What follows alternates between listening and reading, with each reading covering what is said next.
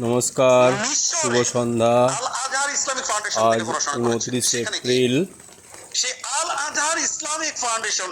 দ্বিতীয় দফার ওয়েস্ট বেঙ্গলে ভোট হয়েছে, সেই সাথে বিকেলে ঝড় বৃষ্টি সহ এই অঞ্চলে আটাপাড়া উন্নয়ন সমিতি প্রাঙ্গণ এলাকা বা 24 নম্বর প্লট জলের তলায়। দেখতে পাচ্ছেন সকলেই কতখানি পরিমাণে জল, বিশাল জল। আমি জল পেরিয়ে হরিসভা, আটাপাড়া হরিসভা থেকে এগিয়ে চলেছি এই জলকে অতিক্রম করে। এই হচ্ছে আটাপাড়া উন্নয়ন সমিতি।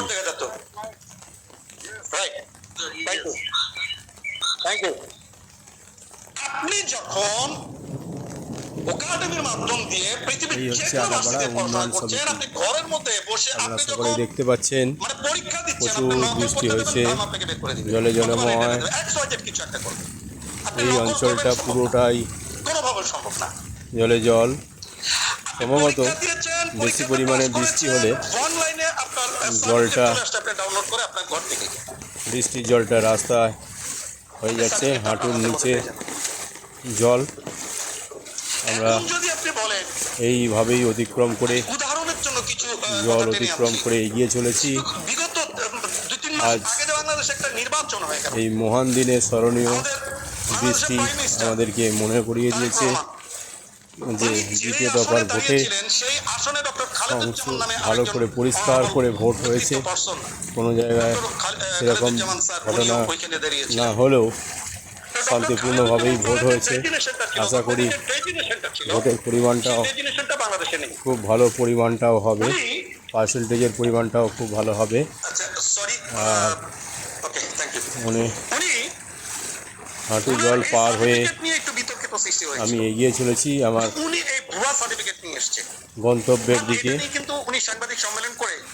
উন্নয়ন সমিতির আমি পিছন দিকে, আমি 24-এর বিদ্যুৎ চমকাচ্ছে, সাথে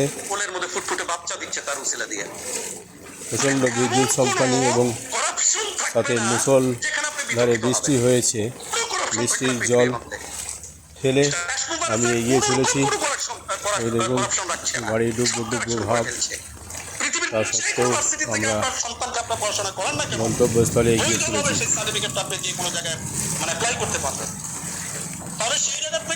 কি পরিমাণভাবে জল এই 24-এর প্লটে।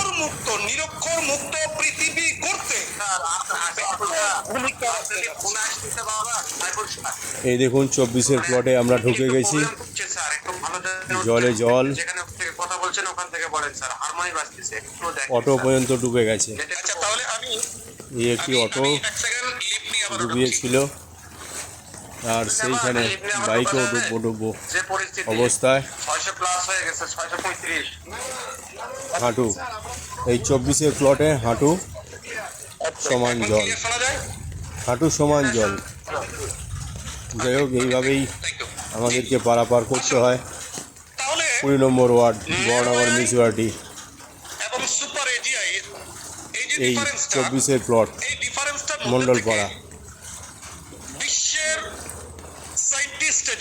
মণ্ডলপাড়া বর্ণনগর মিউনিসিপ্যালিটি। এই জল অতিক্রম করে আমরা আমাদের গন্তব্যের দিকে এগিয়ে চলেছি। জল কি ওদিকে বেশি না কম? অনেক জল।